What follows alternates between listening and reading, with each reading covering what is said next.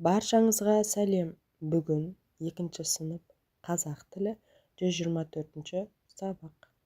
Егер видео ұнаса, соңына дейін қарап, лайк басып, комментарий жазып, және де арнаға тіркелуді ұмытпаймыз.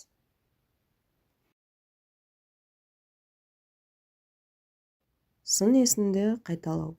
Біз бұл тақырыптан дара және күрделі сын есімдерді жатамыз, және де мәтіндегі негізгі ойды анықтаймыз. Қатені тауып және түзеп жазамыз.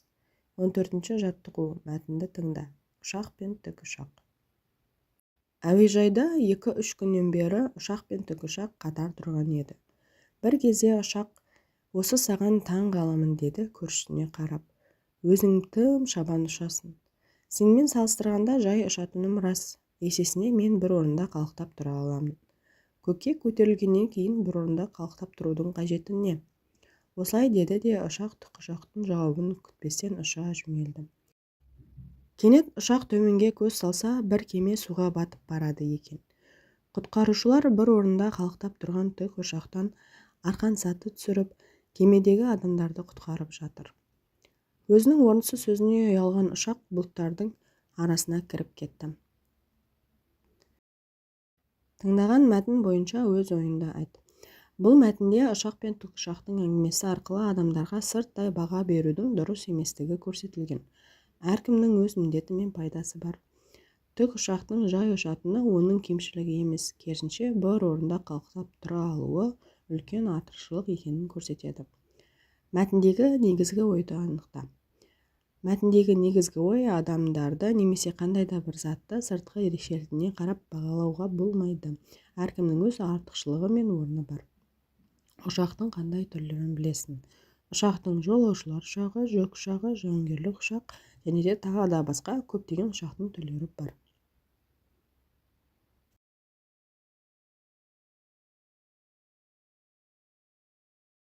Келесі 15-ші жаттығу. Өлеңнің қатесін түзеп көшіріп жаз. Мынау жасыл қарындаш, мұнымен гүлді бояймын. Мынау көк қарындаш, мұнымен суды бояймын. Сын есімдерді тап. Сын есімдер жасыл, көк. Қарамен жазылған сөздердің түбірі мен қосымшасын ажырат. Онда қарамен жазылған сөздер гүлді және суды. Гүлді сөзінің түбірі гүл, ді жалғау. Суды сөзінің түбірі су, ды жалғау. Осылай дәптерге қатесіз әдемілеп жазып аламыз.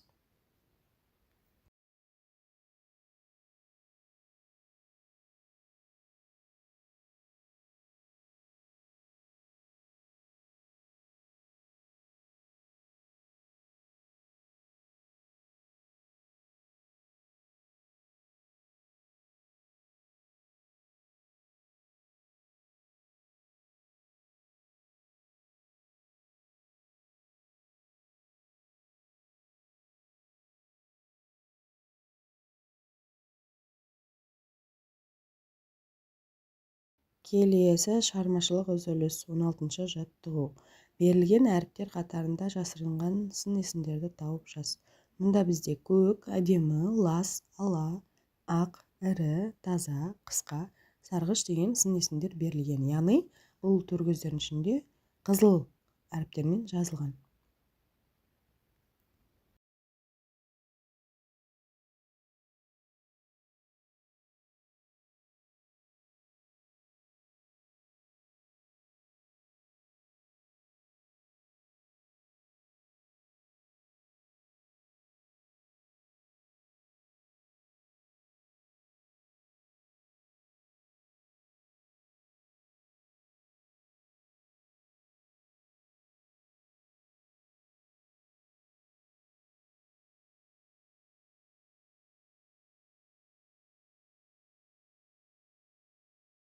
Келесі 17-ші жаттығу. Жұмбақты оқып шешуін тап.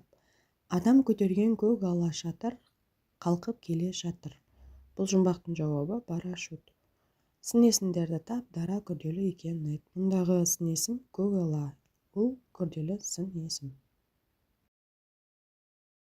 Осымен бүгінгі сабақ аяқталды. Егер де видео ұнаса, достарыңызбен бөлісіп, лайк басып, комментарий жазып, және де арнаға тіркелуді ұмытпаймыз. Сонымен қатар, сұрақтарыңыз туындаса, түсінбеген жерлеріңіз болса, комментарийға жаза отырыңыздар. Мен міндетті түрде барлықтарыңызға жауап беретін боламын.